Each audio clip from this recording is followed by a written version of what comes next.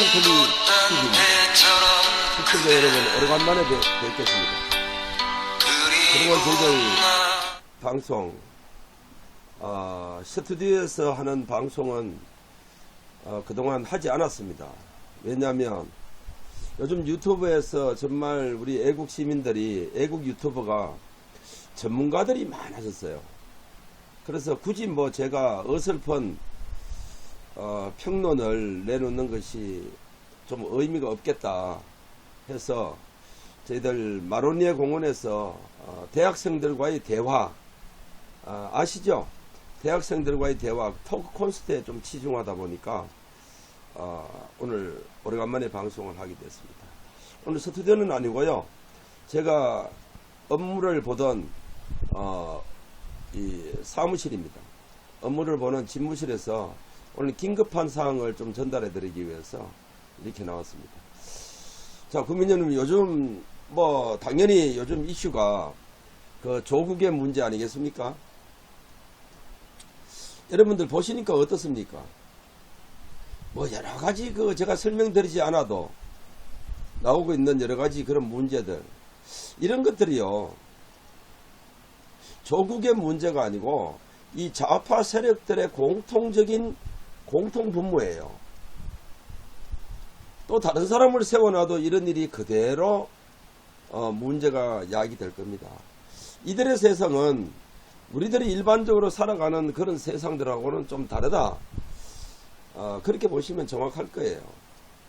그리고 또 한 가지, 그런 문제만 있는 것이 아니고 이쯤 되면은 우리 보수 진영의 정상적인 이성을 갖고 있는 국민들이라면 사퇴를 하는 게 맞죠.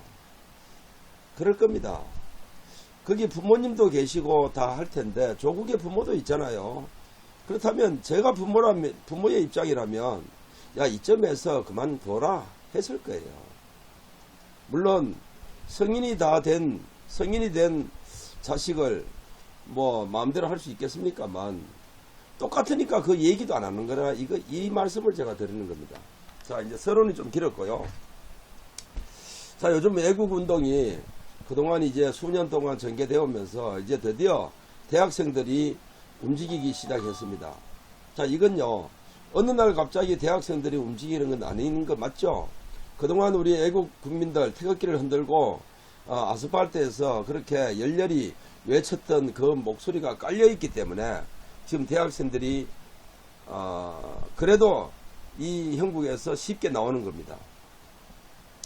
자, 그런 면에서 보면 정말 애국 국민들의 정말 그 열정, 또 그 노력이 헛되지 않았다.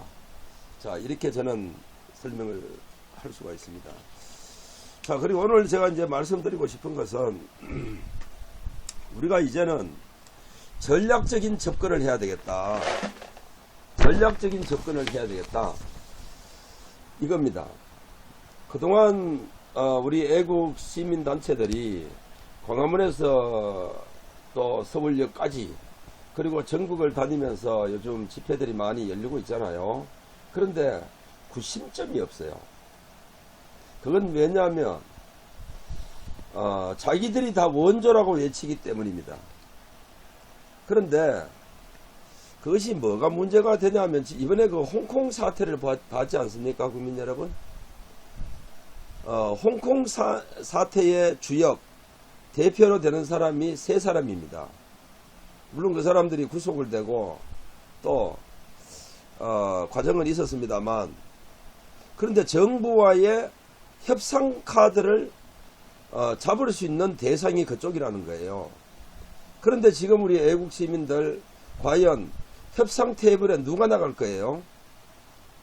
그래서 이제는 전략을 좀 짜야 된다, 이런 생각을 합니다.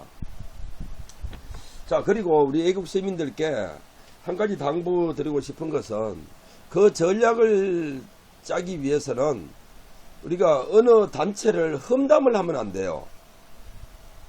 자, 우리 당으로 따지면 보수 진영의 당이 한국당이 대표적으로 있지 않습니까?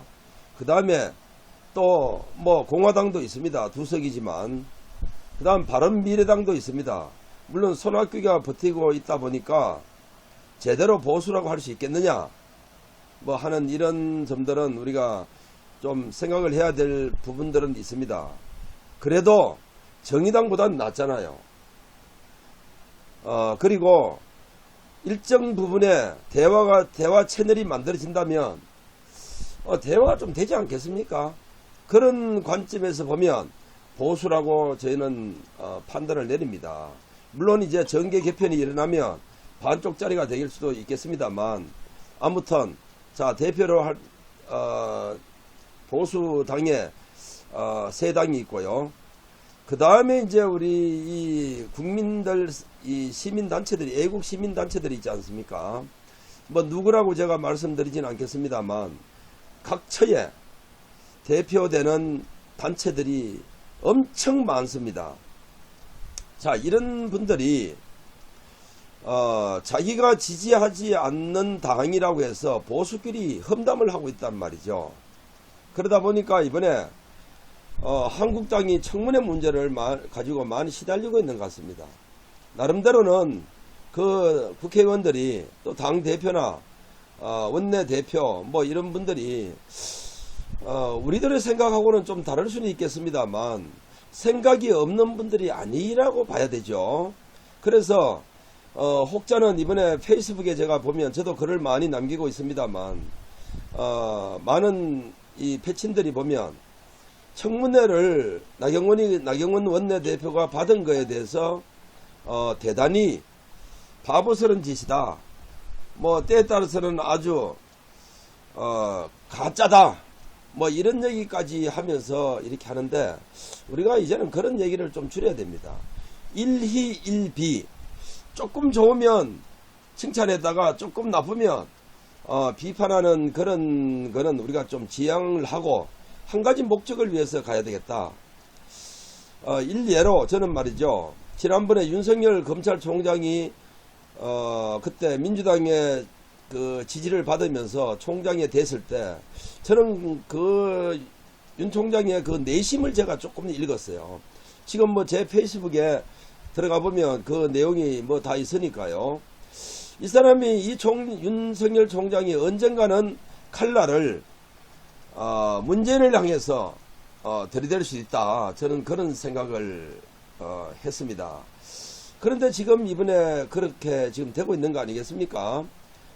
이런 것들을 두고 이제 우리 보수 진영의 애국 시민들이 저한테 질문을 많이 해요. 윤석열이 믿어도 되겠느냐? 저는 거침없이 그랬습니다. 처음 윤석열 총장이 압수수색이 들어갔을 때, 자, 혹자는 이렇게 생각했습니다. 민주당에게, 조국에게 시간 벌어주려고 한다. 이런 생각을 저도 하지 않은 건 아닙니다. 그런데 그분의 심적인 상태나 또 그분이 걸어온 그런 과정들, 그리고 취임식에서 했던 얘기들, 또 문재인이가 했던 그 말을 이렇게 귀담아 듣는 걸 보고 저는 언젠가는 문재인을 향해서 칼날을 들이댈 수 있겠구나 하는 생각을 했는데 지금 그 상태가 사실화 현실화 되어 있다라고 가고 있다, 뭐 이렇게 생각합니다. 그래서 거꾸로 지금 민주당에서는 자기들이 적극적으로 찬양했던 칭찬했던 총장에 대해서 비토를 놓고 있고요. 강력한 비토를 하고 있고 오히려 우리 보수 진영에서 반신반의하면서 지금 윤석열 총장을 지금 지지하고 있는 거 아니겠습니까? 이런 상태가 와 있고요. 그 다음에 한국당이 조금 전에 다시 얘기가 돌아가면 한국당이 지금 청문회를 이렇게 시작했는데, 자, 단적으로 말씀드리면 저는 이렇게 생각합니다. 윤석열 총장이 지금 조국을 압박하고 해가고 있잖아요. 그런데 왜 청문회를 하지 않고 참 거부하고 왜 특검으로 가지 않았느냐, 이런 말씀을 하시는 분들이 있어요. 그런데 어차피 특검이라는 기회는 히든카드로 남아있는 거예요. 그런데 청문회를 하지 않으면 국민들로부터 비판을 받을 수가 있습니다. 우리 시민단체 입장과 또 국회의원들이 두세 명 있는 이 정당과는 좀 구별화가 됩니다. 입장이 달라요. 그래도 명색이 거대한 제1야당의 책무는 국회를 저버릴 수는 없다는 것이 있거든요. 그래서 뻔한 얘기입니다. 청문회가. 어차피 뭐 조국이가 지난번 기자회견을 통해서 우리가 예상했던 대로 모르쇠로 일관했던 거 이번에 청문회에서 내일인데요. 청문회에서 그대로 진행될 겁니다. 그리고 또 한 가지, 지금 검찰 수사 중에 있기 때문에 내가 답변할 수 없다 하는 것이 주류를 이루고 아마 청문회가 끝날 거예요. 이런 것들을 원내대표인 나경원 대표가 몰랐을까요? 그리고 한국당에서 그걸 몰랐을까요? 청문위원들이 그걸 몰랐을까요? 저는 그렇지 않다고 봅니다.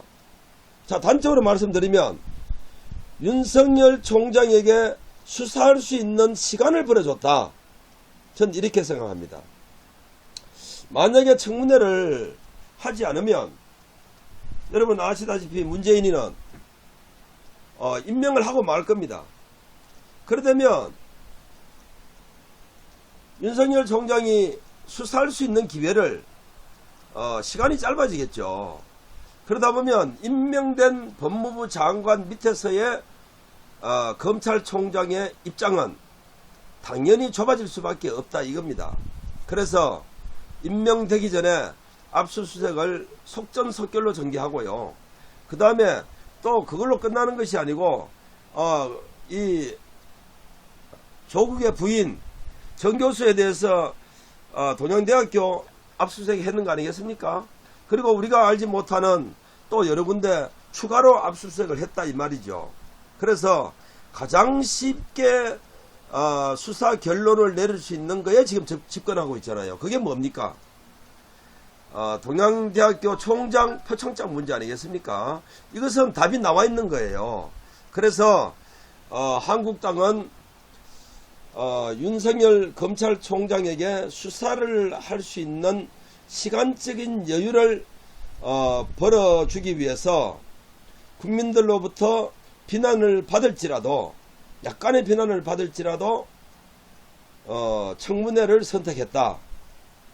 그리고 아무 조건이 없잖아요. 정인도 채택하지 않고, 자 보세요. 정인 채택하면 뭐 하겠습니까? 조국이 스타일 보지 않았어요? 무조건 모르쇠로 해버리고 자기는 몰랐다고 하면 특유의 그 사람들의 속성을 이 꼼수로 끝나버리는 거예요. 이런 의미에서 하루면 뭐하고 이틀이면 뭐합니까? 청문회. 그래서 또 정인이 있으면 뭐합니까? 오히려 국민들로부터 정인들이 헛소리하는 그런 부분들을 또 그 답변에 대해서 조국이가 헛소리하는 답변에 대해서 오히려 의아심을 갖도록 하는 역할밖에 안 된다. 면죄부를 주는 역할밖에 안 된다 하는 판단하에 윤 총장에게 시간을 벌어주기 위해서 청문회를 했다. 자, 국민 여러분, 뭐 시간이 지나면 내 말이 틀릴 수도 있어요. 그렇지만 틀림없이 그렇게 전개될 거라 봅니다. 그래서 우리가 이런 부분들을 전략적으로 접근할 때 뭔가 좀 진득한 면을 가지고, 보수의 장점이 그거 아니겠어요? 진득한 면이 어떤 면에서는 이 투쟁적인 면에서는 단점이 될 수도 있지만 또 우리의 장점이 될 수 있단 말이죠. 그래서 우리의 역량을 거기에 집결시켜서 우리끼리 총질하지 말고 한국당이 잘하면 좀 도와주고, 공화당이 잘하면 도와주고, 또 바른미래당이 잘하면 좀 도와주는 이런 모습, 그 다음에 우리 애국 시민들 어느 진영에서 잘하고 있으면 도와주고, 이렇게 해서 홍콩과 같이 하나의 이 모습으로, 결집된 모습으로 나가야 된다 하는 생각을 합니다. 자, 김종문 전도사의 세상 클릭, 감히 제가 한 가지 예측을 내드리겠습니다. 자, 내일 청문회가 끝나지 않겠습니까? 그러면 며칠 문재인이 이제 당연히 청문 보고서는 채택이 되지 않을 거고요. 그 다음 문재인이가 이제 임명을 해야 되는데 그 날짜가 며칠이 간격이 생길지는 모르겠습니다. 중요한 건 그 중간에, 자, 다시 말씀드리면 청문회가 끝난 그 시점에서 문재인이가 임명하는 그 시점 사이에 윤석열 총장이, 검찰총장이 중대한 발표를 할 것이다. 전 이렇게 생각합니다. 여러분 판단은 어떻습니까? 자, 저는 오늘 이 문제 때문에 여러분들에게 희망을 드리기 위해서 제가 오늘 제 서재에서 업무를 보는 사무실 책상 앞에서 제가 이렇게 방송을 했습니다. 아무튼 저도 요즘 계속해서 KBS 시청료 거부운동을 전개하고 있고요. 그 다음 또 한 가지 아시겠지만 마로니에 공원에서 목요일과 토요일 저녁 5시부터 9시까지 대학생들과 일반인들과 청년들과 애국단체에 참여하지 않는 분들과의 대화를 시작했습니다. 관심을 가지시고 지나가시는 길에 한번 참여하셔서 저희들 토크 콘서트는요 아주 자연스럽습니다. 누구든지 나와서 마이크를 잡고 자기의 의견을 나누고 발표하고 또 거기에 대해서 토론하고 하는 것이 저희들의 토크 콘서트의 장점입니다. 그리고 덧붙여서 음악제도 있거든요. 우리 그 대학로에 나오는 우리 청년들, 음악가들, 기타맨들 이런 분들을 초청해서 우리 무대에서 발표할 수 있도록 이렇게 기회를 주고 있습니다. 지나가시는 길에 참여하셔서 여러분들의 의견을 우리 대학생들에게 들려줄 수 있는 소중한 시간을 가졌으면 합니다. 자, 오늘 김종문 전도사의 세상클릭TV 청문회가 끝나고 문재인이가 임명을 하기 전에 검찰총장 윤석열이가 중대한 발표를 할 것이다 하는 판단을 여러분에게 전해드리면서 오늘 방송은 여기서 마치도록 하겠습니다. 대단히 감사합니다.